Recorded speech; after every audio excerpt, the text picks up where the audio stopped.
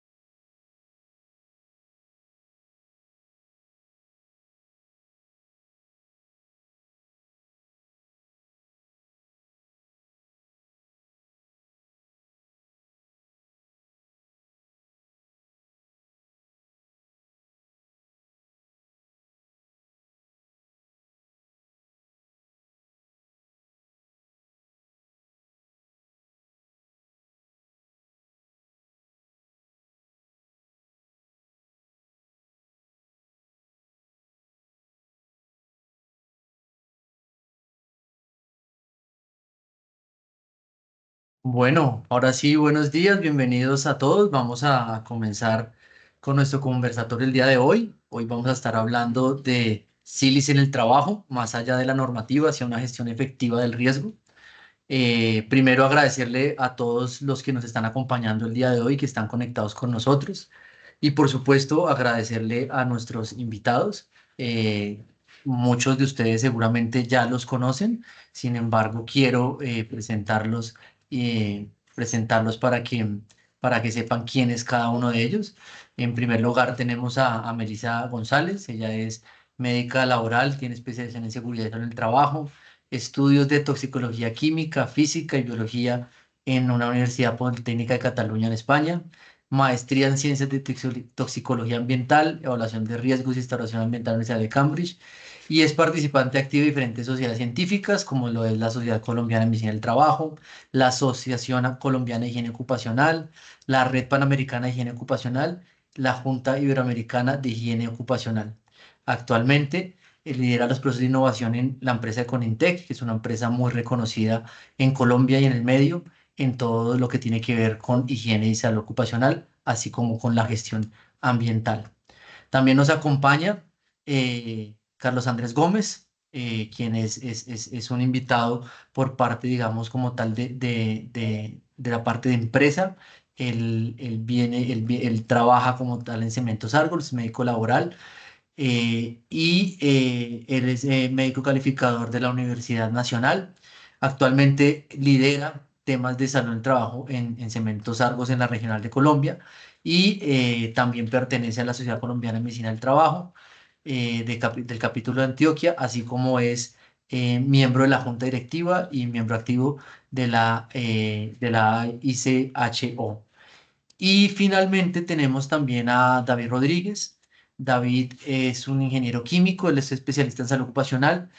eh, Se desempeñó de hecho durante muchos años en la parte de protección respiratoria 3M. Actualmente es dueño y gerente de la empresa Innovare, la cual queda en Ciudad de México. Tiene mucha experiencia en todo el tema de instrumentación especializada en la parte de salud ocupacional, medio ambiente y seguridad industrial. Es usualmente un conferencista invitado en diferentes congresos, en congresos tanto de higiene industrial, de medio ambiente, salud ocupacional, de protección respiratoria, conservación auditiva, entre otros. Y actualmente es el presidente de la Asociación Mexicana de Salud Ocupacional y miembro del Comité Ejecutivo de la IOJA, que es la Asociación Internacional de Salud Ocupacional. Sin más que decirles, les doy el paso. Bienvenidos, David, Melissa, Carlos, muchas gracias por acompañarnos el día de hoy en este espacio y por querer estar aquí compartiendo con nosotros toda su experiencia y conocimiento en este tema que consideramos es importante y es vital para muchos de los que trabajamos en esta área. La idea del conversatorio, hay una serie de preguntas pues que vamos a ir recorriendo. La idea es pues que cada uno va a ir dando como su respuesta, o más que respuesta es más como su apreciación respecto o en torno a esa pregunta. Y bueno, vamos a ir viendo cómo se desarrolla. La idea es que sea obviamente algo muy conversado. Entonces, entrando en materia y ya teniendo bastante gente conectada, pues la primera pregunta que teníamos, pues obviamente para ustedes es un poquito definir qué es la sílice, en qué tipos de materiales o sobre todo en qué procesos o industrias usualmente se encuentran. No sé quién quiere de pronto comenzar. Sí, sí, bueno, si nadie se anima, yo inicio, ¿les parece? Gracias, David. Buenos días, Nico, buenos días, Meli y Carlos Andrés, un gusto estar con ustedes el día de hoy platicando. Bueno, la sílice cristalina es un mineral, ¿no? Es un mineral que prácticamente se encuentra en la corteza de la Tierra, en todas partes, ¿no? Y que de acuerdo al tipo y el lugar en donde se encuentre, puede estar en forma de arena, de granito o de alguna otra parte de mineral. Como se pueden imaginar, siendo un mineral, pues tiene mucho que ver con la industria de la minería, ¿no?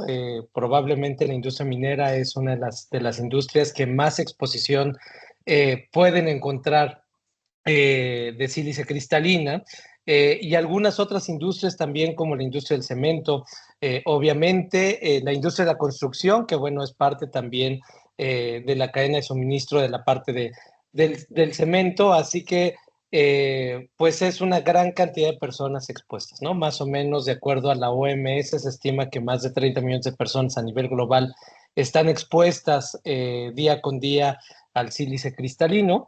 ¿No? Y una parte interesante también de la sílice cristalina es que hay tres diferentes formas, ¿no? El cuarzo, la tridimita y la crisobalita. El cuarzo es una de las formas más comunes de sílice cristalino, probablemente la más común que hay, pero cualquiera de las tres formas se pueden convertir en material particulado y ahí viene el problema que nos atrae el día de hoy a nosotros, ¿no? Gracias, David. Carlos, Melissa, no sé si quieren agregar algo adicional. No lo dijo todo. Nico, sí, Sí, bastante claro, sí. prácticamente es cierto, digo, clarísimo. Bueno, no, buenos días a todos. Muchas gracias pues por el espacio y la oportunidad de estar compartiendo con ustedes tres, que aprecio y admiro impresionantemente. Y sí quería sumar un poquito a que tengamos presente, como decía David, como hace parte de la corteza terrestre, es importante que tengamos claro que los productos que vienen de la corteza, es decir, también la roca, arenas, todo lo que tenga la movilización de tierras, también se vincula. Porque entonces cuando hablamos también de los procesos de construcción, cuando hacemos pozos, cuando hacemos excavaciones, también vamos a ver ahí un perfil también de profesionales expuestos. y además de que tenemos que revisar la cantidad de productos químicos que bien los involucran y cómo está involucrada para que pueda generar el efecto adverso. Nada más. Gracias, Meli. Sí, así es. Así es. Creo que es una industria importante que a veces se olvida en este tema. Bueno, perfecto. Si quieren, avancemos a la siguiente, que por supuesto, pues muchos de los que estamos aquí, pues queremos saber cuáles son los efectos en la salud derivados de estar expuestos, ¿no? A esta sílice cristalina respirable, tanto en el corto como en el largo plazo. Si quiere, yo les hablo un poquito. Claro que sí, Carlos.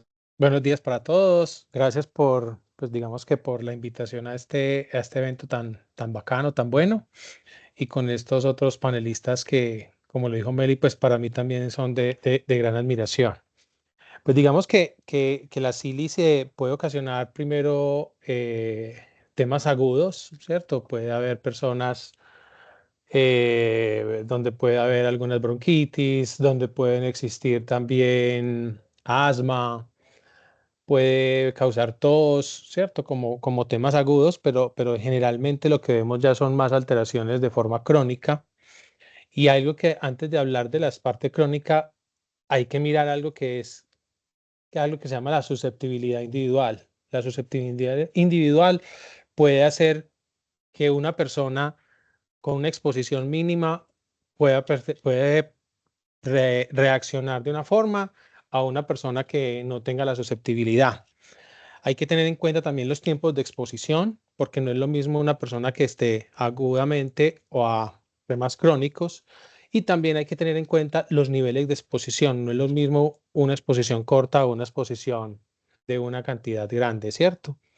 Y también importante, pues que lo vamos a ver ahorita, pues también los controles que se deben de tener y la eficacia o eficiencia que pueden tener estos controles, ¿cierto? Pero entonces digamos que a nivel de sílice tenemos la silicosis, que generalmente tiene 3 variantes. La más común, pues digamos que es la silicosis crónica, que se puede tener un tiempo de latencia aproximadamente entre 20 y 30 años. Podemos tener la silicosis acelerada, que depende de una gran cantidad de exposición a sílice. La silicosis acelerada se puede dar entre 5 y 10 años. O también podemos tener la silicosis aguda, que también depende mucho de la cantidad de exposición al sílice que tenemos. Y digamos que también está pues implicada, como sabemos, al cáncer de pulmón. Y digamos que también hoy en día hay varios estudios que pueden estar implicados en enfermedades autoinmunes o también enfermedades renales como una consecuencia pues de la exposición al sílice. No sé si Meli, que también pues, digamos que es médica como yo, me puede, si se me olvidó algo. No, no se te olvidó nada, pero creo que para que nosotros podamos llegar a tener esa claridad que estás contando, creo que es importante reconocer que tenemos dos sílices diferentes, ¿cierto? Que en el medio a nosotros nos reportan dos diferentes tipos de sílice. La cristalina, que fue toda la que nos comentó David, que corresponde a una forma organizada del mineral, que esa es la que conocemos como cuarzo, cristobalita y tridimita, y tenemos otra en la que la pueden denominar amorfa. Esa amorfa es una forma que cuando ella se junta, se acumula de una forma no estructurada. Esa diferencia entre la una y la otra es la que tiene la capacidad de generar los daños pulmonares y ese remodelamiento pulmonar. Con digamos que con ese primer entendimiento también viene lo otro que hablábamos de dónde está, cómo se produce, ¿cierto? Que entonces a veces nos hablan de tierras diatomeas, nos hablan de piedras calizas y no le colocan otra denominación. Ahí viene la experiencia de la capacidad de que el grupo multidisciplinario pueda entender si tiene una formación que la otra.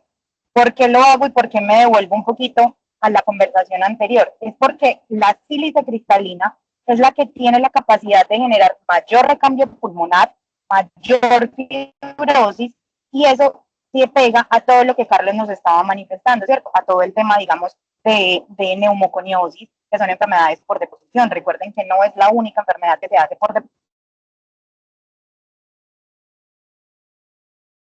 deposición.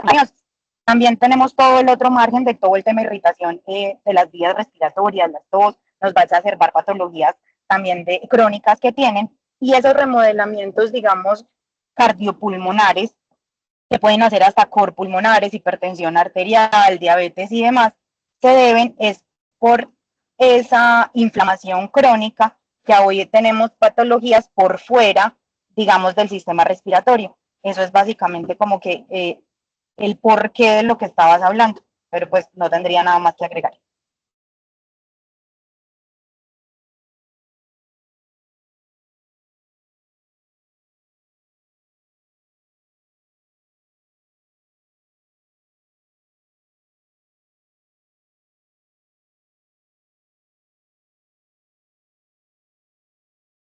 Nicolás, estás en silencio, si de pronto estás hablando, estás en silencio. Aló, ahí ya me escuchan. Sí. Qué Sí, pena, ya. perdón. No, está diciendo que pues gracias por la información y que esto resalta la importancia, pues obviamente de esta temática y de esto que quisimos como compartir hoy con todos. No sé si David quiere agregar algo más o con estos dos médicos de cabecera es suficiente.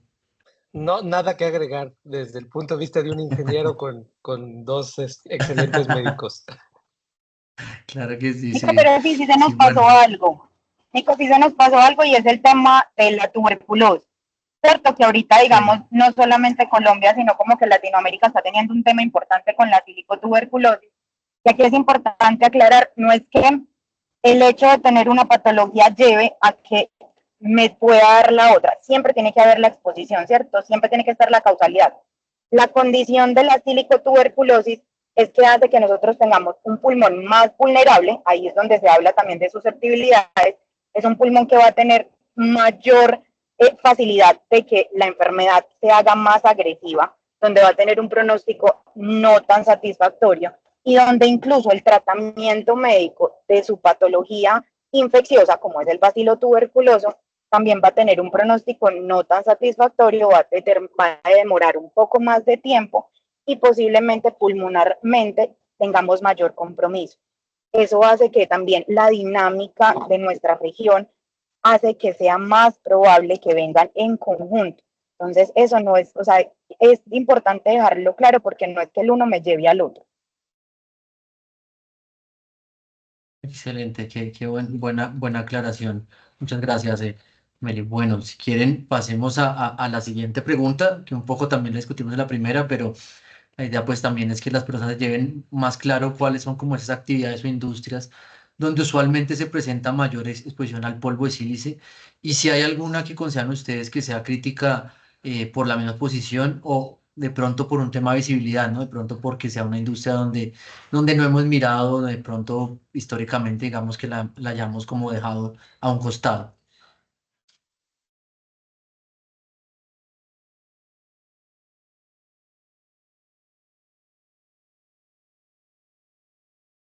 Yo creo que, pues digamos que como lo dijo ahorita Meli y lo ha dicho David, digamos que la industria, pues digamos que la más crítica en mi concepto, pues van a ser siempre el tema de extracción de minerales, ¿es cierto? Cuando hablamos de, por ejemplo, en la industria del cemento, que es en la que, pues digamos que yo estoy, la extracción de la caliza, en los temas de las canteras, en los temas de molienda, cuando se está, digamos que volviendo la piedra mucho más pequeñita para que pueda volverse cemento, es un factor de riesgo súper importante, pues ahí en el tema de la sílice.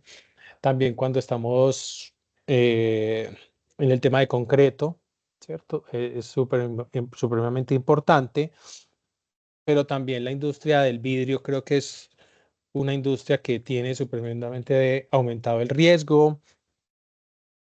Y el tema en minería, o sea, cuando estamos en minería a profundidad, por así decirlo, creo que es otra de las industrias que pueden ser supremamente de alto riesgo.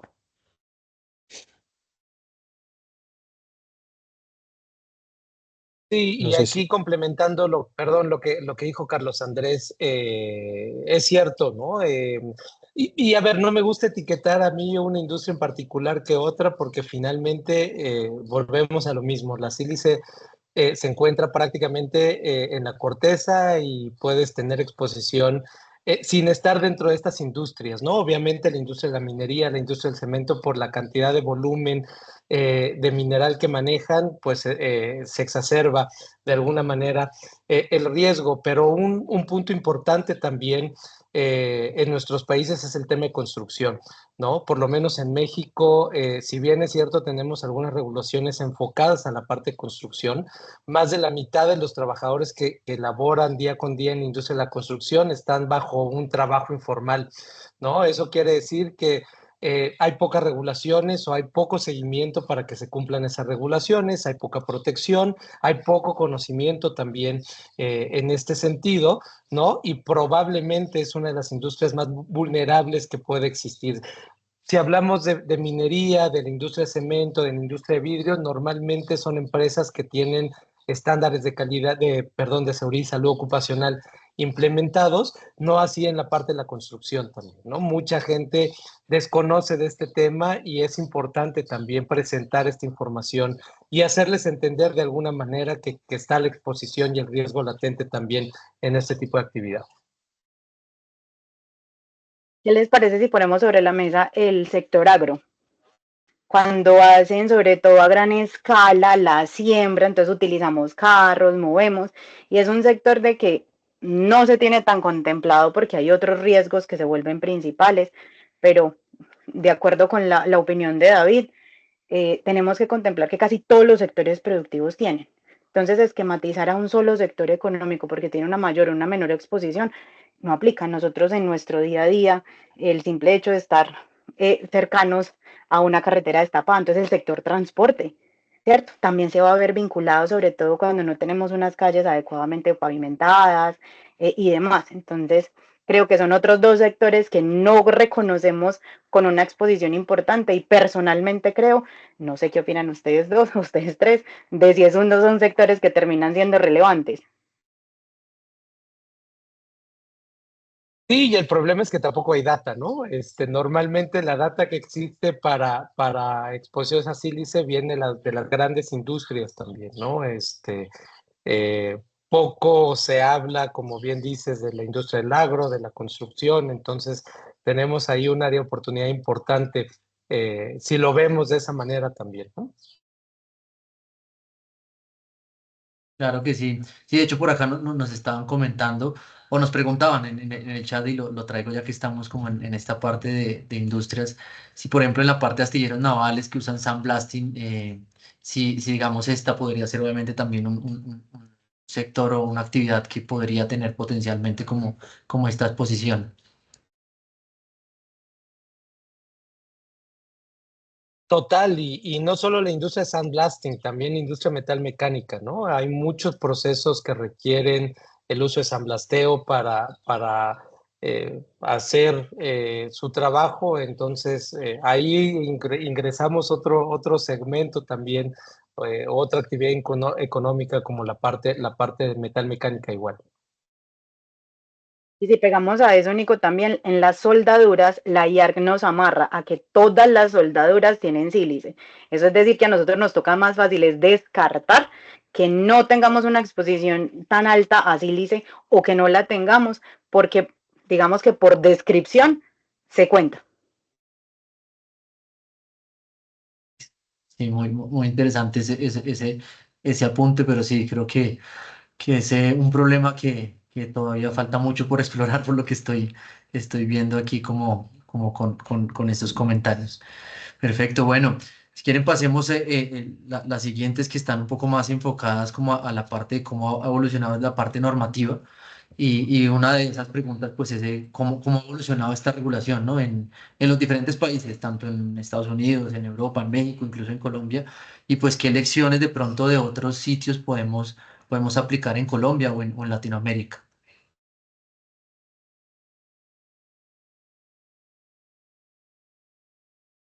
Bueno, a ver, desde hace algún tiempo el tema de sílice cristalino ha estado sobre la mesa.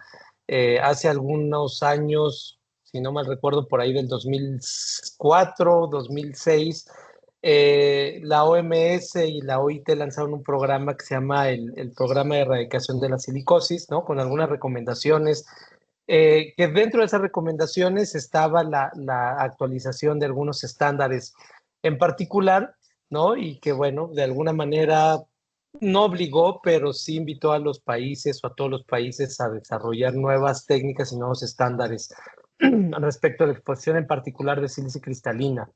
Que digamos que los grandes cambios, por lo menos en América, vinieron cuando la OSHA, la Administración de Seguridad y Salud Ocupacional de Estados Unidos, por ahí del 2007, publicó y empezó la aplicación de un estándar de sílice cristalino, un estándar muy viejo que fue creado en 1970, ¿no? El 1910.1000, pero que por ahí del 2015 actualizaron, 2015-2016 actualizaron, y la primera fase de implementación se hizo en el 2017 específicamente para la industria de la construcción, y después la segunda fase se hizo de manera general para la industria en general y la industria marítima también, ¿no? Básicamente ellos adoptaron algunos límites de exposición pequeñitos, ¿no? O sea, se adhirieron prácticamente a los TLVs de ACGIH, ¿no? A 25 microgramos por metro cúbico para una exposición de 8 horas cuando hablamos de sílice cristalina.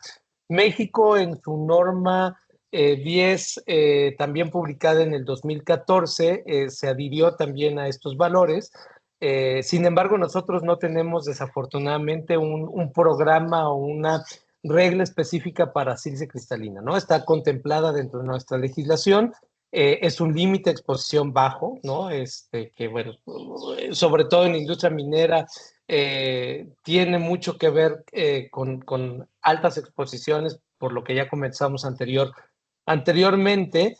Y bueno, de ahí también se derivan algunas otras regulaciones, como el Reglamento de Higiene y Seguridad para la Prevención y Control de Riesgo por Exposición a sílice cristalina, que aplicó Colombia igualmente, ¿no? Entonces, nosotros sí creo que estamos un poquito atrás, ¿no? Tenemos implementado el límite de exposición, la norma te habla de implementar medidas de control también, no específicamente a sílice cristalina, sino en general a cualquier agente químico que esté presente en el medio ambiente. Estados Unidos sí adopta este estándar específicamente para sílice cristalina, y bueno, hay algunos temas ahí interesantes que están contenidos prácticamente en su totalidad dentro del reglamento de Colombia, y que creo que Meli y Carlos Andrés pueden explicar un poquito mejor esa parte por ahí. Yo creo que en lecciones aprendidas probablemente México tiene más que aprender hacia la aplicación de estos programas de control de sílice cristalina que Colombia de nosotros, pues, ¿no? Eso es lo que yo creo.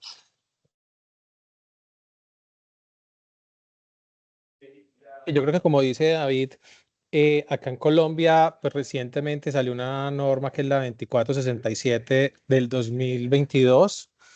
Digamos que esta norma da como unos parámetros de cómo se debe vigilar la salud. Establece también muy bien pues el tema de los límites permisibles, cuánto es el límite de acción. Establece pues como unos reglamentos para cómo y cuándo se deben hacer las mediciones. Establece que las empresas deben hacer unos planes de acción dependiendo de esas mediciones ambientales y cuáles controles debe de hacer para mejorar ese nivel de acción. Establece también pues cómo se deben hacer los monitoreos de, de los de ambientales. También tiene un tema de cómo se debe formar a las personas, tiene unos temas de de cómo se debe, en los temas de los elementos de protección personal, cómo se deben hacer las pruebas de ajuste. Y también, digamos que recientemente también salió la guía técnica, que es la que te da como el paso a paso que debe tener la vigilancia tanto a los trabajadores como los temas de salud, ¿cierto? Donde nos dice cada cuánto debemos hacer los rayos X, cada cuánto tenemos que hacer espirometrías, cada cuánto tenemos que hacer pruebas de tuberculina, ¿cierto? Y cada cuánto, te lo voy a dejar a Melissa, pues como el tema de los monitoreos en los temas ambientales, pues. No sé si, dale Meli para que complementes. Gracias, Carlitos. ¿Qué les puedo decir? Yo creo que la legislación colombiana se ha movido al inicio, digamos, desde el reconocimiento del riesgo, ¿cierto? Donde nos enseñan qué tenemos que hacer, cómo lo debemos vigilar, que eso es lo que nosotros conocemos como la columna vertebral, o pues yo por lo menos le digo columna vertebral, a nuestra ley novena o la resolución 2400, ¿cierto? Es decir, nosotros desde el 79 tenemos un lineamiento de cómo debemos reconocer, de con qué nos vamos a comparar, que también, al igual que México, nos vamos a comparar con los límites permisibles de la CGIH, siendo estos los más restrictivos y teniendo pues como con esa claridad. Ya de ahí él viene, digamos, en un cambio normativo en donde siempre trata Colombia de estar un poquito más a la vanguardia hasta llegar a la resolución del 2022, en donde ya es un tema específico y directo frente a la gente de riesgo. Pero recuerden que nosotros tenemos que reconocerlo, nosotros tenemos que gestionarlo, en los estándares mínimos nos los dice dentro de la gestión de la seguridad y salud en el trabajo, como en los exámenes médicos, cuando nos ponen, nos hablan de CIBECAO, cuando nos ponen guías técnicas como las GATIZO o después las GATIS, que no son, digamos, tan reconocidas porque no alcanzaron a publicarse en el total, pero que están en el medio. Cuando nosotros enmarcamos, digamos, el riesgo en todo eso y empezamos como a juntar los pedacitos y nos pegamos solamente, digamos, a esta resolución tan estricta, también llama a la normativa que David menciona de la OSHA, nos pegamos a CRF y a NIOS en cuanto a metodologías. Entonces, en lo que Carlitos quería que nosotros profundizáramos puntualmente frente a las mediciones es, el ENYA en Colombia nos exige que nosotros tenemos que reconocer, identificar el riesgo bajo unos parámetros específicos, ¿cierto? Dice que debe ser el personal idóneo, entonces no todo el mundo tiene la capacidad de analizarlo y de ejecutar, digamos, diferentes elementos que nos pide esta resolución. Recuerden que tenemos que reconocer o que tenemos que gestionar este riesgo bajo metodología NIO 7500, 7601 o 7600, ¿cierto? Que donde nos habla de difracción, donde nos habla de infrarrojo o donde nos habla de espectrofotometría, y entonces hay que entender la diferencia entre el uno y el otro. ¿Por qué escogería uno versus otro o si no tienen alguna relevancia? También pone sobre la mesa metodologías NIOS que no corresponden a una clasificación de sílice porque nos pone, digamos, un NIOS 0600 que no corresponde a una metodología para la determinación de sílice cristalina, ¿cierto?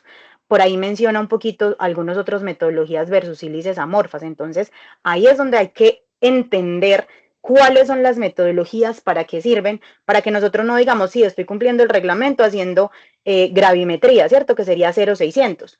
Ahí no estaría diciendo cuánto es sílice o nosotros estaríamos asumiendo que el 100% de ese peso sería sílice, ¿cierto? Pone también un pedacito ahí con respecto a la CRF, donde nos pega cuestionarios de salud, nos empieza a hablar sobre programas de protección respiratoria específico, entonces no nos lo dejan tan abierto. Ahí nosotros empezamos, digamos, a delimitar la gestión del riesgo, entonces me cierra o me enmarca en unas metodologías específicas. Nos dice cuántos puntos tenemos que hacer, cómo debemos hacer el monitoreo, cómo lo vamos a analizar. Es decir, estadísticamente también me está llevando a unas metodologías un poquito más robustas, donde nosotros vamos a tener que tener datos representativos, donde nos habla de metodología de GES, donde nos habla de validación de GES, y entonces aquí entra un grupo de empresas que posiblemente no tengan el acompañamiento permanente de un ingeniero o un profesional especializado en seguridad y salud en el trabajo, que tenga un conocimiento de higiene puntualmente, o un médico laboral. Entonces tenemos un montón de empresas que tienen un desconocimiento grande, con unas metodologías que, como les digo, van siendo más robustas, van siendo más específicas, más detalladas. Entonces creo, Nico, que eso es a lo que nos está llevando la normativa colombiana, en que empezó con un reconocimiento del riesgo, donde simplemente nos decía identifique, vaya, gestione. Con esto se va a comparar a una metodología que dice, listo, usted venía en ese camino aprendiendo, entonces ahora es con esta metodología, esto puntual, tantas muestras, analícelo bajo medidas geométricas, ¿cierto? Que es todo lo que sale en resolución y guía.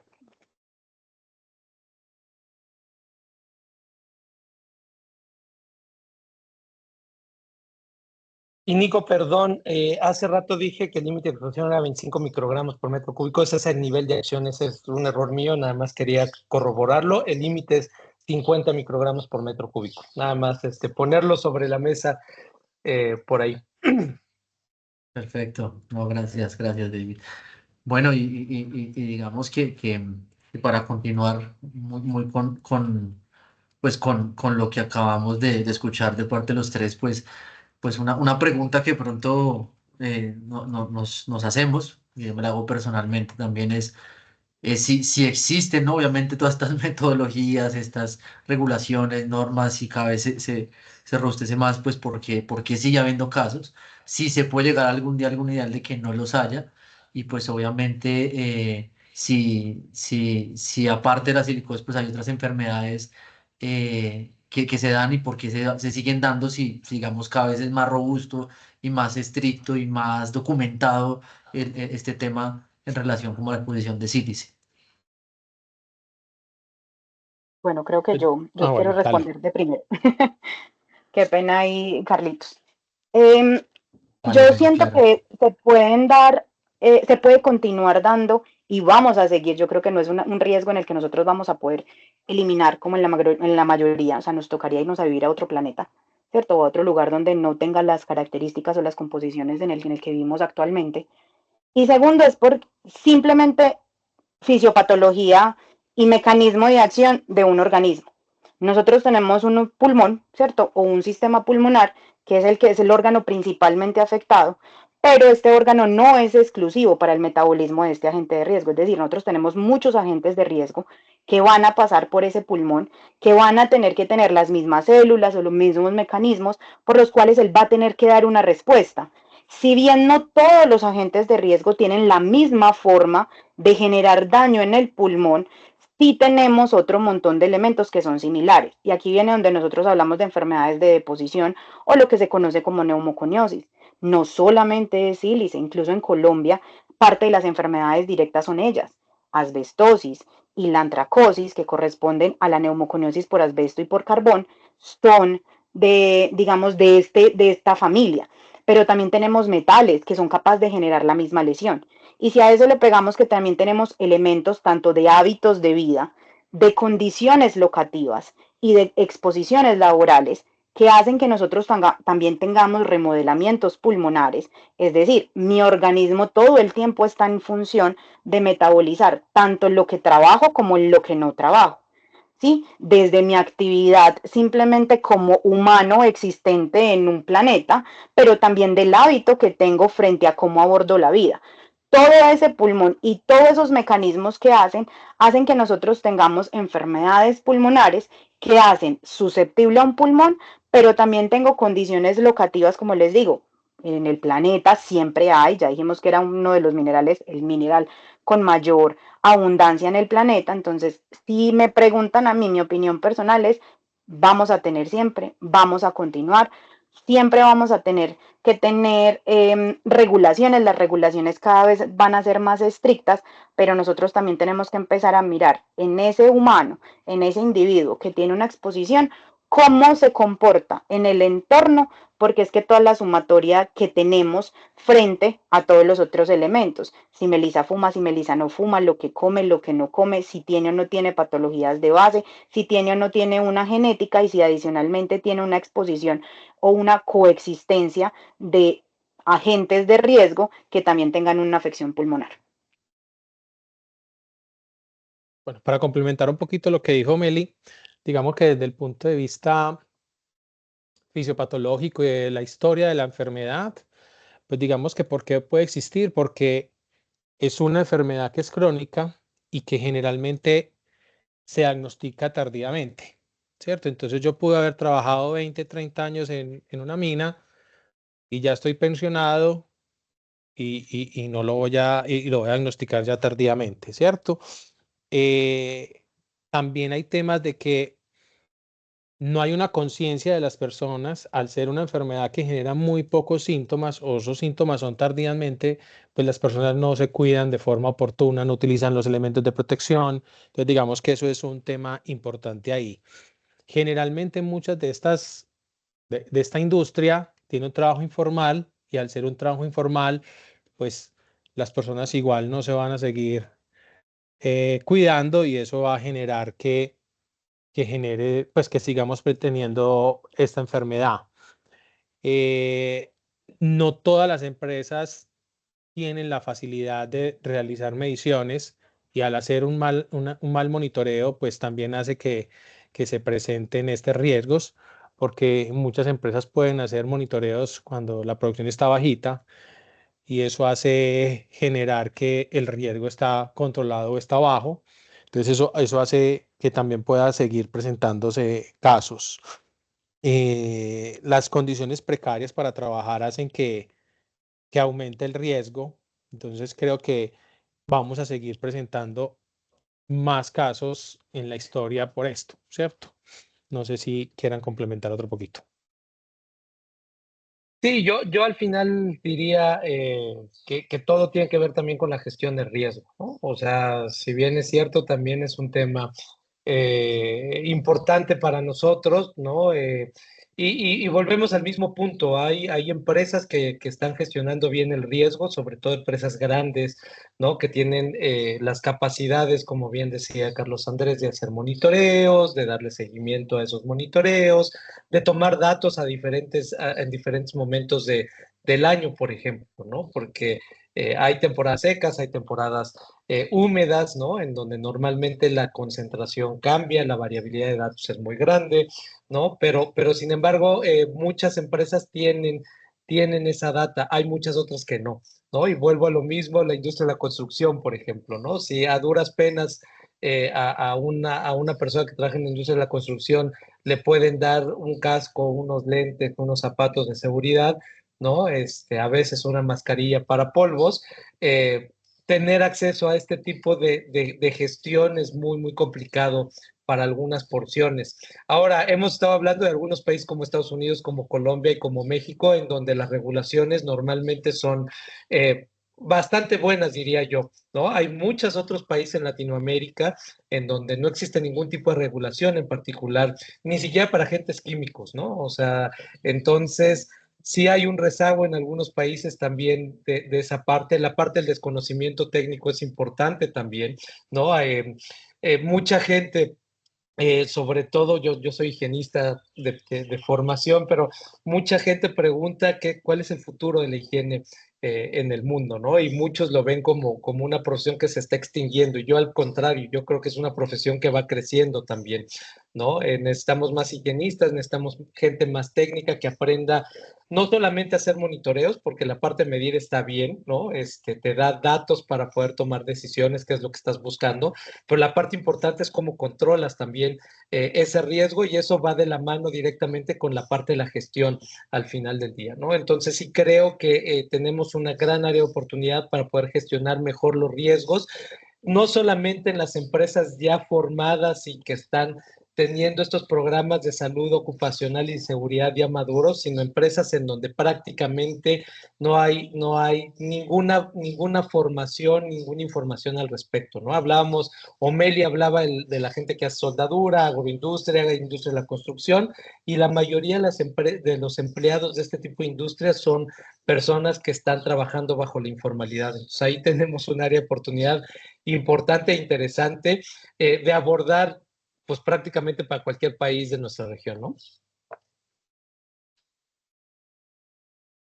Muchas gracias, sí, y creo que hay mucho trabajo por hacer, y seguirá habiendo mucho trabajo, y concuerdo que hay demasiado por hacer y bueno, afortunadamente tenemos personas como ustedes que están impulsando a que ese trabajo se siga haciendo y obviamente a tratar de proteger las personas. Vamos a pasar a la siguiente pregunta que sería, ¿cuáles son como esas estrategias para yo gestionar ese riesgo de exposición a sílice en estos ambientes laborales?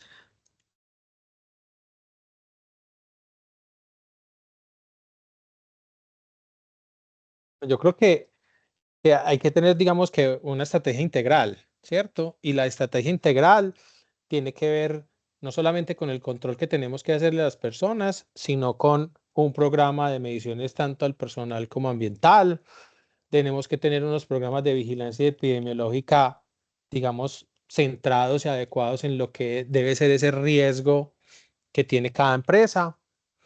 Y igual, y ahí tener unos controles tanto de ingeniería para manejar pues para evitar el riesgo, ya sea de ingeniería, controles administrativos, ¿cierto? Que todo tiene que ver con el programa de vigilancia. Y aunque es la última medida, pero hay que también tenerla, que son tener un programa adecuado de elementos de protección personal y que y como lo dice, digamos que todo el reglamento interno de nosotros, pues acá en Colombia, todo ese tema de las pruebas de ajuste, que como les digo, es lo último, pero es importante manejar los elementos de protección personal de forma adecuada. Entonces, digamos que la estrategia debe ser integral con todos los temas que nos habla, por ejemplo, pues de la norma a nosotros. Vale, Meli, que estoy a hablar. No, que yo, pues, o sea, aumentando a lo que tú dices, creo que la base es una buena identificación del riesgo. O sea, es entender dónde está, en qué cantidades. Entonces hay que revisar las fichas de datos de seguridad. O sea, recuerden que nuestros países tienen dentro de sus normativas, ya la gran mayoría, tenemos sistemas globalmente armonizados y no nos piden que reconozcamos cuáles son los agentes que representan un riesgo importante y va asociado por lo general a concentraciones. Entonces hay que saber qué tenemos, cómo lo utilizamos, es decir, cómo se manipula ese producto para que nosotros podamos entender si tiene la capacidad o no de generar lesión. Porque entonces, ejemplo, nos salen pinturas, pero la pintura se pone en húmedo. Ese no es el riesgo no es el pintor durante está pasando el brochazo o donde está pasando el rodillo. El problema es eso cuando se aplica en aerosol o cuando lo está lijando o puliendo, que tiene la capacidad de generar ese material particulado fino, que es el que me va a representar el riesgo. Y que no salgamos con temas de que una persona me pasó y lo pongo, un buzo, me califican una persona que hace buceo dentro de su labor como una enfermedad laboral. O sea, ¿cuál es el mecanismo que tiene el agente de riesgo para generar la lesión? Entonces sí creo que la base principal, vuelve y juega y me perdonan la cantaleta, pero es ese reconocimiento del riesgo, es la primera estrategia que tiene que ser demasiado sólida para que de ahí ustedes puedan desarrollar su estrategia integral. Hágalo con buenos equipos, entendiendo el porqué de cada cosa para que las personas que sean las que toman las decisiones tomen decisiones adecuadas y acertadas, porque bien David lo decía ahorita, nosotros tenemos un montón de trabajadores informales y sumado a eso también tenemos sistemas de comunicación que no son completos.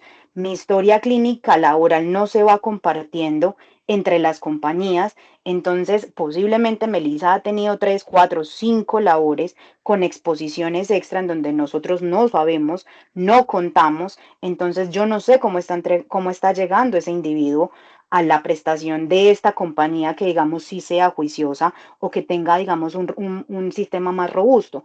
Entonces desde salud también se van teniendo digamos como que unos sesgos de información que se vuelve también difícil manejar a un individuo en cómo llega. Entonces se devuelve también a la pregunta anterior, de por eso también seguimos teniendo. Entonces creo que hay que seguir haciendo fuerza a que el lineamiento de todas las compañías, de todos los países, recuerden que nosotros tenemos minería de punta a punta, y si ustedes preguntan, en todas esas mineras tenemos personal ni siquiera de Latinoamérica, personal de todo el mundo. ¿Cómo nosotros empezamos a reconocer esos riesgos que la OIT y la OMS nos están diciendo? Hey, pilas, hay que ponerles atención. En los objetivos de desarrollo sostenible están. ¿Cómo los vamos a manejar? Entonces creo que son estrategias que también van más allá de solamente una gestión empresarial. Creo que también tienen que ser políticas públicas y políticas regionales que vayan entregando más información, que seamos menos celosos con la información para que podamos tomar mejores decisiones. Sí, complementando lo que dice Meli, igual concuerdo que el reconocimiento es súper, súper importante, ¿no? Porque de ahí basas tu estrategias también de evaluación al final del día, ¿no? Cuando uno piensa en evaluación, piensa que más es mejor y no necesariamente tomar muchos datos ojalá y así pudiese ser, ¿no? Pero no necesariamente tomar muchos datos significa que puedes tener una buena gestión de riesgo también, ¿no? Hay muchas herramientas hoy día que te ayudan inclusive a tomar decisiones de una forma importante sin ni siquiera tomar tantas muestras, ¿no? También sabemos que los recursos son finitos para todos los programas de higiene, ¿no? Nos gustaría, a mí como higienista me gustaría tener data por prácticamente todos los trabajadores y en todo momento. Eso no es posible en ningún sitio. Entonces hay muchas herramientas que te ayudan también a entender mejor ese perfil de exposición, ¿no? Pero una de las cosas que yo normalmente veo en general, no solamente en México, pero puedo decirlo en general en la región, porque tengo la oportunidad de viajar a muchos países de la región, es eh, nos limitamos a hacer evaluaciones y comparar con un límite de exposición, ¿no? Y eso es una parte, y eso es una parte muy, muy importante para nosotros. Sin embargo, no es el deber ser de un higienista, ¿no? El deber ser es tomar esa data, analizarla y hacer juicios para poder determinar cuál es el mejor control que vamos a implementar. En algunas de las resoluciones o reglamentos, como en el de OSHA, por ejemplo, habla específicamente de equipo de protección personal, ¿no? Y es un buen control siempre y cuando te asegures que las personas que utilizan respiradores lo hacen de forma adecuada. Yo les puedo decir que eso no pasa normalmente en la industria en general, pues, ¿no? Lo he visto en muchos sitios y en muchos lugares, entonces no puedes basar tu estrategia de control solamente en uno de los controles, ¿no? Esa es la parte y el trabajo fino que los higienistas debemos de realizar en algún momento, ¿no? Determinar un control que sea o que tenga un buen costo-beneficio para la empresa, ¿no? Y que te ayude justamente a disminuir esas exposiciones. Y al otro lado, ¿no? Está también la parte de salud ocupacional que creo que también se ha transformado todo esto en un movimiento muy interesante, pues, ¿no? Yo cuando empecé hace muchos años, 25 años tengo trabajando ya en esta parte, pues prácticamente los médicos y los higienistas trabajábamos cada quien en su oficina y pocas veces compartíamos información, ¿no? Hoy día creo que es más común la práctica de tomar decisiones en conjunto, ¿no? Porque hay temas relacionados con salud que nosotros no conocemos y temas técnicos de higiene que probablemente los médicos tampoco conocen o desconocen. Entonces, sí, también creo que es prioritario que tengamos un trabajo integral, ¿no? Y les voy a poner ahora un ejemplo que se me viene a la mente, ¿no? Hace poco, con una empresa minera, ¿no? Tienen un campamento dentro de la mina, obviamente el campamento está muy alejado del sitio donde están extrayendo mineral, pues la pregunta fue, oye, ¿y tenemos sílice en el campamento? ¿No? Y se hicieron algunas mediciones y resulta que sí hay, ¿no? Y entonces ahí entró el área ambiental también y dijo, bueno, hagamos esto ya de una manera mucho más integral y abordemos el problema de diferentes ángulos también para poder tomar decisiones que favorezcan a la gente que está ahí, porque finalmente la gente no está trabajando, no está expuesta, o sea, vamos, no está haciendo labor de trabajo, pero está dentro de las instalaciones de la mina al final del día, ¿no? Entonces sí, esa parte de un manejo integral de todo este riesgo es importante, creo, para entender mejor cada una de las exposiciones y la forma en cómo podemos controlar, ¿no? Para mí más importante poder controlar que estar haciendo mediciones y mediciones y mediciones que probablemente no te llevan a nada si no analizas esa data, ¿no?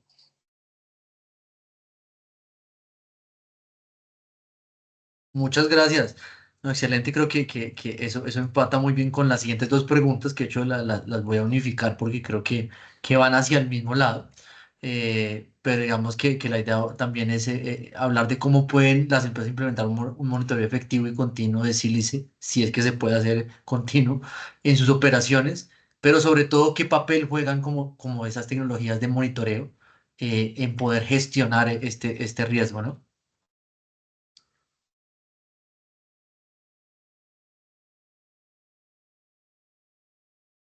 Bueno, voy a tomar yo la palabra aquí. A ver, todo viene de la parte del reconocimiento, pues, ¿no? Y cuando alguien me pregunta sobre la parte monitoreo, ¿no? Lo primero que yo les pongo sobre la mesa es, ¿qué quieres contestar? ¿No? O sea, ¿cuál es el objetivo de hacer o de tomar una muestra?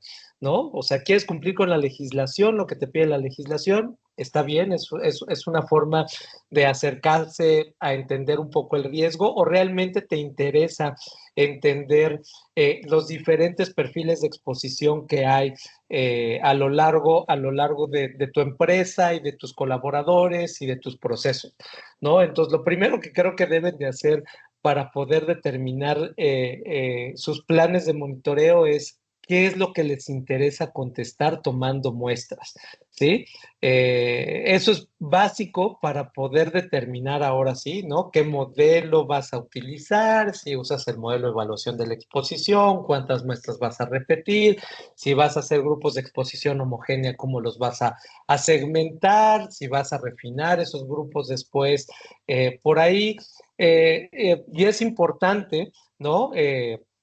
Que ustedes tengan esa inquietud y que al final de que tomen las muestras, pues realmente les sirva esa información para poder determinar la respuesta o que los acerque lo más posible a esas preguntas que ustedes hicieron de una manera inicial, ¿no? Hagan de cuenta que ustedes son investigadores y lo que quieren saber es cómo vamos a gestionar en base a algunos resultados que tenemos por ahí. Normalmente lo hacemos con monitoreo tradicional, ¿no? Eso implica tomar muestras, llevarlas a un laboratorio, esperar tiempo de análisis y posteriormente poder tener un resultado, ¿no? A veces eso te tarda tiempo y bueno, también eso limita un poco la acción por parte de los higienistas de alguna u otra manera. Pero hoy día hay metodologías también que te permiten hacer evaluaciones y tener resultados en tiempo real, ¿no? Muchas tecnologías te permiten a ti tener resultados prácticamente de manera inmediata. Ojo, esos resultados no están exclusivamente diseñados para evaluar sílice cristalina, evalúan partículas. Y es como si utilizáramos un método NIOSH 600, como decía Meli hace rato, ¿no? Te da una concentración total de partículas y listo. Entonces, no puedes usar estas tecnologías si no entiendes cómo es esa exposición. ¿Qué es lo que yo he visto en la práctica? Muchas empresas lo que hacen es la correlación de datos, ¿no? Toman muestras de polvo respirable y sílice cristalino y con esos datos hacen una correlación y más o menos tienen una idea por ahí de cómo se va desarrollando la exposición, ¿no? Hay empresas, conozco algunas empresas por ahí que han hecho correlaciones con más de 4,000 datos que han tomado en más de 15 años. ¿No? Entonces esa correlación pues tienes una mejor correlación por la calidad de datos que tienes y el volumen de datos que tienes. Entonces aquí sí, entre más datos tengas es mejor ese trabajo de correlación de datos y te permite moverte un poco a la parte de monitoreo en tiempo real. También es importante mencionar, ¿no? Que una vez que haces esa correlación, no necesariamente tienes que dejar de hacer monitoreos tradicionales, ¿no? De hecho, los deberías de seguir haciendo para asegurar que lo que tú estás evaluando con los monitoreos de tiempo real o los monitores de tiempo real, pues se apegan un poco a lo que nosotros estamos generando en nuestra hipótesis con los datos. Entonces, es un trabajo en conjunto, son metodologías que te pueden ayudar a entender mejor los perfiles de exposición, que probablemente te pueden dar datos para tomar decisiones en periodos mucho más cortos de tiempo, ¿no? Pero que no sustituyen de ninguna manera el monitoreo tradicional, ¿no? El monitoreo tradicional se tiene que hacer sí o sí, una porque está contemplado dentro de las regulaciones, ¿no? Nos guste o no, en cualquier parte donde haya regulaciones se tiene que hacer bajo ese esquema. Y la otra es porque son los datos más precisos que podemos encontrar cuando hacemos un monitoreo. Entonces, si bien es cierto, son tecnologías nuevas que te ayudan a entender mejor los perfiles de exposición, no es una tecnología que esté diseñada para poder reemplazar la tecnología tradicional en la parte de las mediciones. Y la calidad también de los datos, pues va a depender de la forma en cómo nosotros manejemos ese monitoreo tradicional, ¿no? Que hagamos las calibraciones en campo, que nuestras bombas sean de flujo constante, que la muestra haya sido tomada de acuerdo a las condiciones del método analítico que vamos a utilizar, que la muestra se haya preservado de acuerdo a las condiciones de preservación de muestra que nos indique el método, que el laboratorio esté acreditado también para que nos dé un resultado o la seguridad de que ese resultado tiene un respaldo y una trazabilidad por detrás. Entonces son varias cosas que también debemos de considerar. Y nuevamente, ¿no? La parte importante aquí es que sepamos nosotros hacer todo ese trabajo, ¿no? Creo que me extendí mucho. No sé si Meli y Carlos Andrés quieren complementar con algo. Yo creo que para nosotros en Colombia también es importante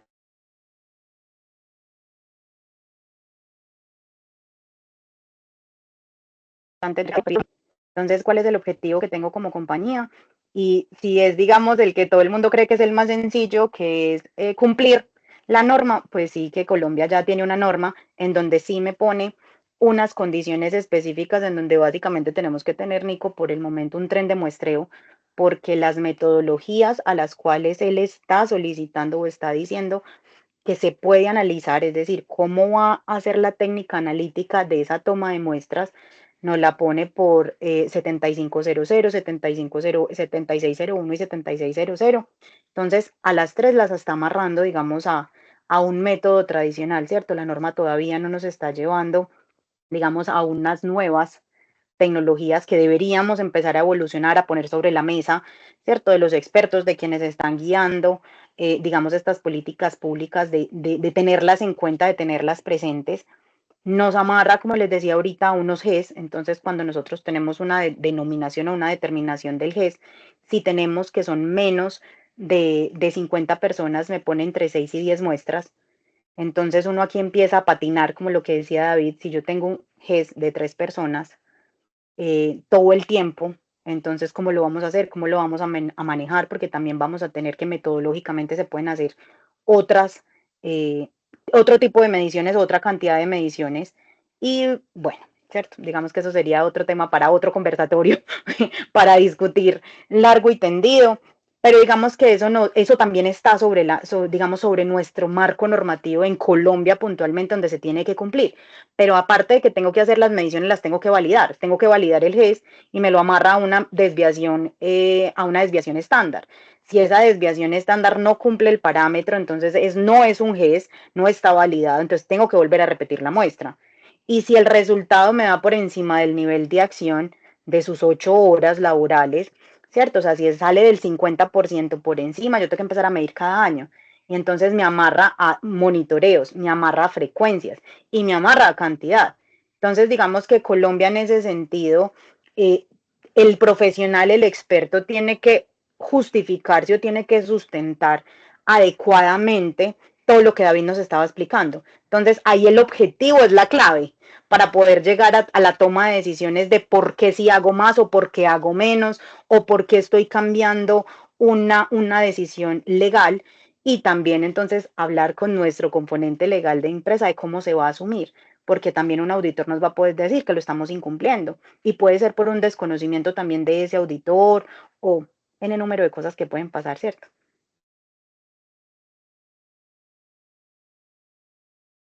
Excelente. Sí, sí, creo que importante, como decía David, el objetivo. Muchas veces, y parte de hacer este conversatorio era eso, ¿no? O sea, muchas veces creemos que es medir, comparar y solamente eso. Y creo que como lo han expuesto ustedes, hay un montón de aristas y dimensiones y componentes que no son solamente ese, ¿no? Entonces creo que muy importante pues este tema, ¿no? La siguiente pregunta, que hecho tiene relación con algunos comentarios que nos han hecho en el chat hasta el momento, pues va efectivamente enfocado como al tema de ese control que casi que todos inmediatamente acudimos a él. Cuando de pronto, creo que lo mencionaba Carlos, no debería ser como esa primera medida que uno debería tomar, ¿no? Pero digamos que la pregunta es qué tan efectivo es realmente el uso de respiradores y por supuesto qué importancia tiene, sobre todo en tema de la norma pues, colombiana, que tengamos una correcta prueba del ajuste de esa protección que le estamos dando a los trabajadores.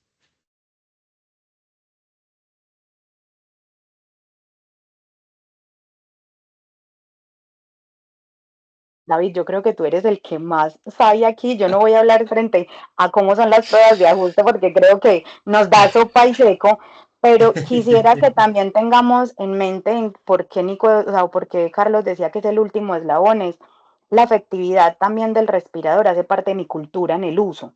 Entonces, no solamente en la prueba y eso, sino cómo lo almaceno, cómo lo limpio, qué tantas veces me quito el respirador durante la jornada laboral o en el proceso en el cual teóricamente está medido. Creo que también eso hace parte de que disminuya la efectividad y no sé qué tan cuantificado pueda estar. Bueno, no quería yo aquí nada más hablar y hablar, pero a ver, los respiradores al final del día es, si ustedes recuerdan la pirámide de la jerarquía de controles, es el último eslabón o el último control que hay, por una sencilla razón. La efectividad va a depender del usuario, ¿cierto?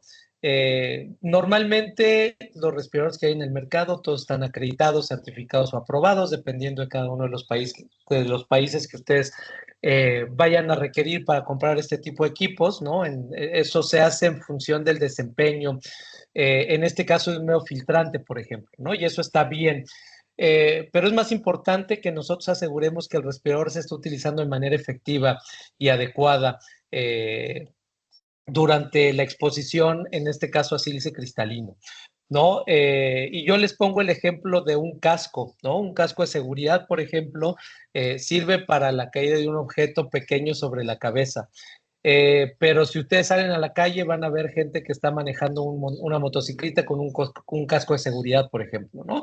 Y entonces ese casco, por más que vayas a 20 kilómetros por hora, no te va a servir porque no está diseñado para recibir un impacto de la naturaleza en la cual estás utilizando ese casco. Lo mismo con los respiradores, igual tienen limitaciones y hay que entender esas limitaciones. Y una de las más importantes es justo que la gente normalmente o no sabe o no quiere utilizar el respirador de forma adecuada. Las pruebas de ajuste son un elemento importante para nosotros porque nos ayuda a entender si ese respirador realmente ajusta y crea un sello dentro del rostro del usuario, ¿no? Y la pieza facial que estamos utilizando.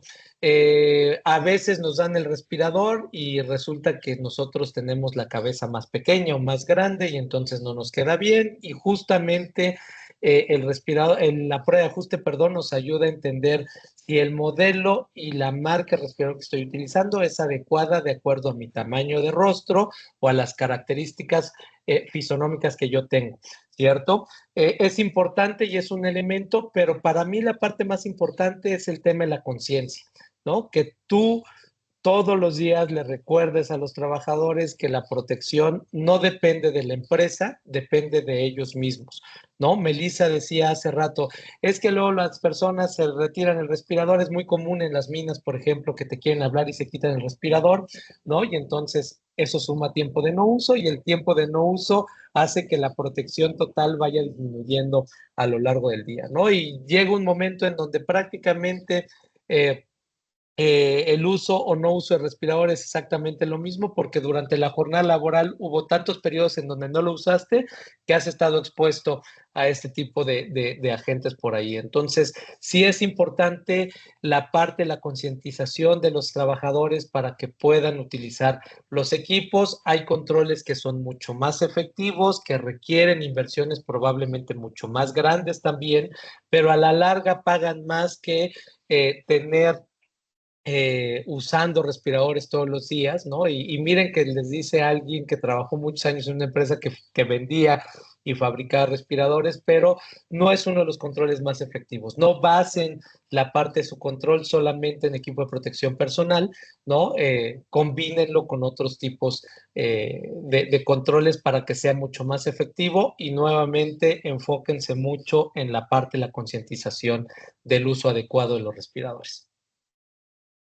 Sí, qué pena, aquí agrego, David, de pronto después ya sí Carlos o Meli quieren agregar, pero digamos que es algo que veo que es recurrente como en el chat, ¿no? Y muchos preguntan, bueno, aparte como de la protección respiratoria, aparte de la capacitación que algunos lo mencionan, del tema de poder capacitar todo el tiempo respecto al riesgo, pues es eso, o sea, bueno, ¿qué otro control, ¿no? Puedo realmente tener o debería yo considerar para poder gestionar mejor como ese riesgo? Bueno, aquí hay un sinfín también de controles, ¿no? Uno de ellos, por ejemplo, me ha tocado ver procesos sandblasting en cajas de guantes, ¿no? Que bueno, depende obviamente de la pieza que vas a sandblastear también, pero he visto eso, he visto algunos sitios en donde cierras completamente el área, ¿no? Hace poco estuve en una operación de oil and gas en donde estaban soldando y la soldadura la ponían como en una casa de campaña, ¿no? Con un extractor y un filtro. Entonces todo el aire que generas en la soldadura se queda ahí y no tiras nada hacia las áreas comunes en donde está presente otro tipo de trabajadores que no deberían de estar ahí, ¿no? Les faltaba el uso de respiradores, obviamente, a los soldadores dentro de esta área, pero bueno, ya tienen ahí algo por ahí. A veces son soluciones sencillas como procesos húmedos, ¿no? Humedecer parte del material que estás utilizando, que no requiere tampoco grandes inversiones de dinero, ¿no?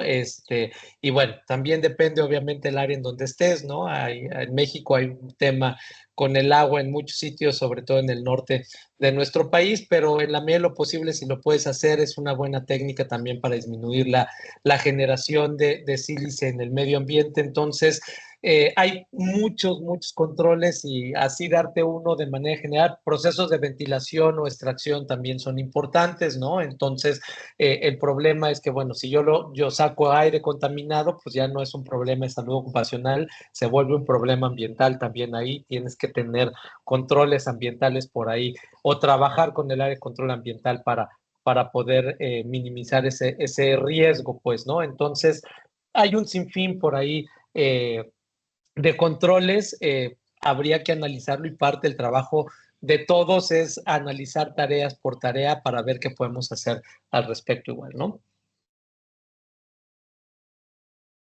Y yo creo que complementando un poquito lo que dice David, pues hay que tratar siempre de mirar la pirámide de los controles, ¿cierto? Y pues digamos que en ocasiones, por ejemplo, pues en la industria de nosotros eliminar el sílice es prácticamente imposible.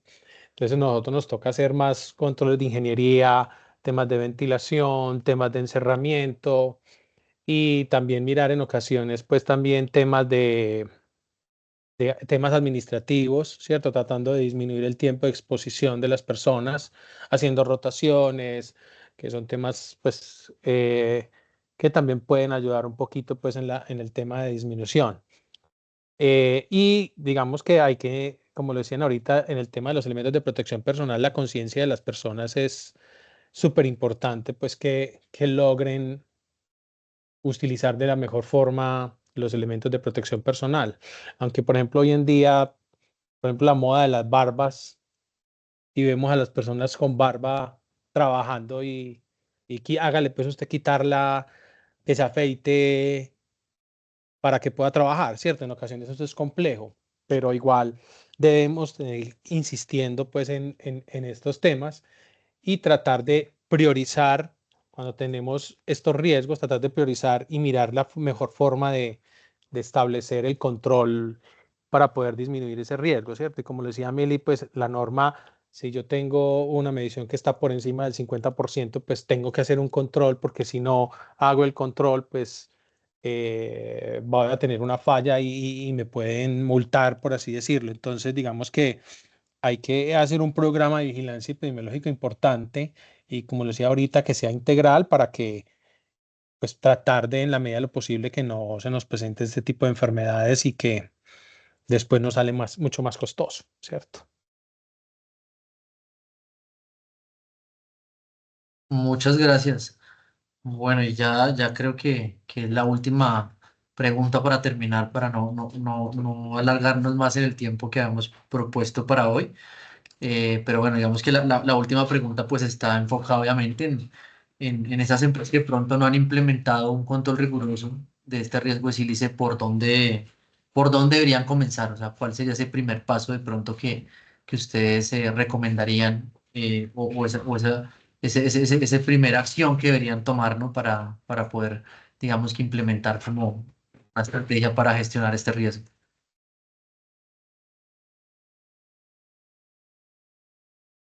yo insisto con mi cantaleta, saber en dónde está y cómo lo utilizan en tiempos, porque como todo el tiempo se les ha dicho, es un recurso finito, hacer higiene en toda Latinoamérica y en el mundo no es fácil, no es barato.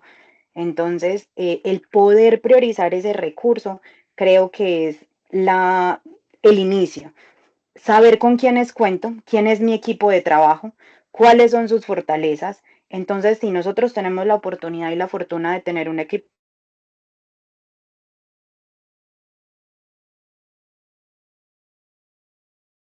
muy gente que de pronto está mal enfocado o mal dirigido frente a un riesgo. Entonces, el reconocer qué tenemos, quién es mi población, dónde está, creo que ese es el avance más grande que podemos tener y ya de ahí sí continuar pues con todo el adicional, ¿cierto? Porque tampoco me puedo quedar ahí.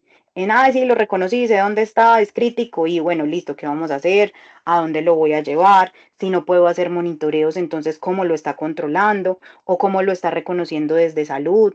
Si no podía hacer salud, cómo está vigilando higiene y cómo lo está controlando. Entonces creo que uno tiene que ir escalonando todos los elementos que este factor de riesgo tiene, como les digo puntualmente en Colombia con la normativa, son muchas aristas, son muchos elementos que tenemos que tener sobre la mesa. Entonces, si bien yo no puedo hacer uno como les digo, por un tema económico, entonces, ¿cómo va fortaleciendo los otros pilares para que su gestión pueda ir siendo integral? No es posible que yo tenga todo a medias y diga que tengo una adecuada gestión o tengo una sola neurona súper tesa y las otras no. Creo que todo va llevando a un equilibrio.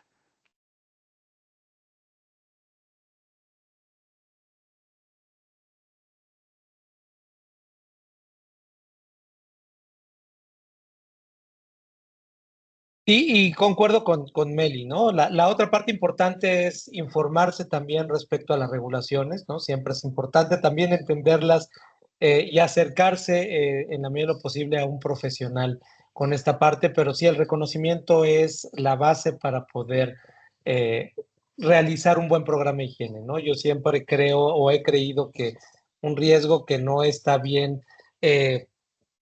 cuantificado o no cuantificado, pero un riesgo que no es visto no se puede llegar a controlar, ¿no? A veces no necesitas tampoco tener monitoreos o datos de monitoreo para poder llegar a controlar, ¿no? El paso natural dentro de la metodología de higiene sí es monitorear, pero si no tienes los recursos para hacerlo, bueno, pues te puedes mover a la parte de control y más adelante poder determinar si esos controles son o no son efectivos en su medida. Entonces, tampoco se espanten y tampoco crean que tienen que invertir las grandes cantidades de dinero para poder gestionar el riesgo, ¿no? A veces vale la pena más no hacer la parte de la evaluación, irse directamente a la parte de control y después validar si ese control es efectivo o no de acuerdo al riesgo, ¿no? Lo que no se vale es quedar sin hacer absolutamente nada, ¿no?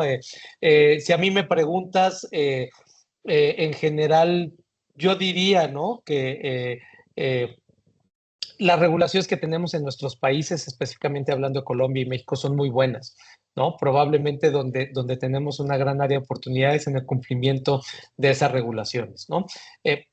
Por muchas razones, no me voy a meter en detalles, pero la parte de cumplimiento es importante, ¿no? Y finalmente es un tema de responsabilidad hacia mis colaboradores y hacia la sociedad en general también, ¿no? Entonces, la idea nuevamente es que tengan más herramientas, que tengan más información y que con esto ustedes puedan tomar mejores decisiones. Y no necesariamente se requiere contratar a un higienista o un médico en salud ocupacional, que eso sería lo ideal, pero si no lo pueden, hagamos trabajo de control, ¿no?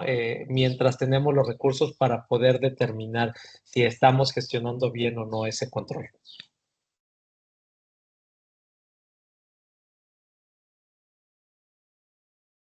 Muchas gracias, David. Muchas gracias, Meli. No sé si Carlos quieres añadir algo más para terminar. No, yo creo que es importante, como lo dijo Meli y David, pues digamos que si una empresa, pues para empezar estos temas, lo fundamental es primero conocer muy bien todo su proceso productivo y después de ese proceso productivo hacer la evaluación cualitativa, donde tú sepas muy bien en dónde están tus puntos más críticos y esos puntos críticos, pues ir llevándolo en la medida de lo posible a empezar a hacer controles, como lo dijo David, no es necesariamente de una hacer medición, pero yo ya, si yo tengo esta parte que es crítica, priorizar ese crítico y ya después irme en ese proceso después de mediciones, pues, pero creo que lo importante es conocer muy bien el proceso, cuáles son tus puntos críticos y priorizarlos.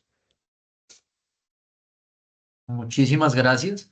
Bueno, yo creo que con esta pregunta ya terminamos. En realidad, muchas de las preguntas o comentarios que nos iban haciendo, pues traté como de integrarlas como también en la conversación. Yo creo que la mayoría fueron resueltas. No me queda más que agradecerles primero pues a ustedes, a David, a Meli, Carlos, gracias por estar aquí, por compartir este espacio. Quisimos hacer pues un espacio diferente, digamos que un poco más así más dinámico y espero que haya aportado mucho a todos los que están aquí con nosotros.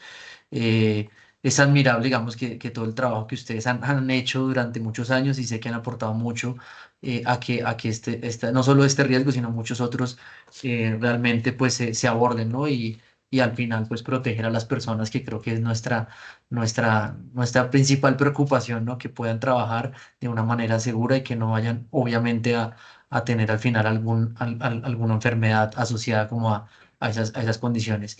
Solo quería aclararles también a todos los que participaron que como siempre pues vamos a compartir con ustedes tanto la grabación digamos de todo lo que fue hoy este conversatorio.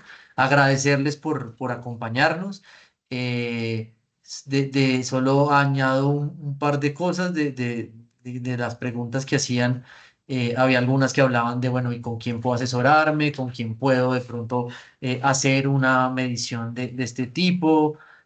Solo como para que lo sepan. Obviamente, de los que nos están acompañando en este momento, pues está Meli, digamos que en representación de Conintec, pero ellos de hecho están acreditados para poder hacer los análisis de este tipo de muestras. Por supuesto, con toda la experiencia que tienen, también pueden hacer este tipo, digamos, de acompañamiento, ¿no? En todo este tema. Y no solo este tema, sino en muchos otros más.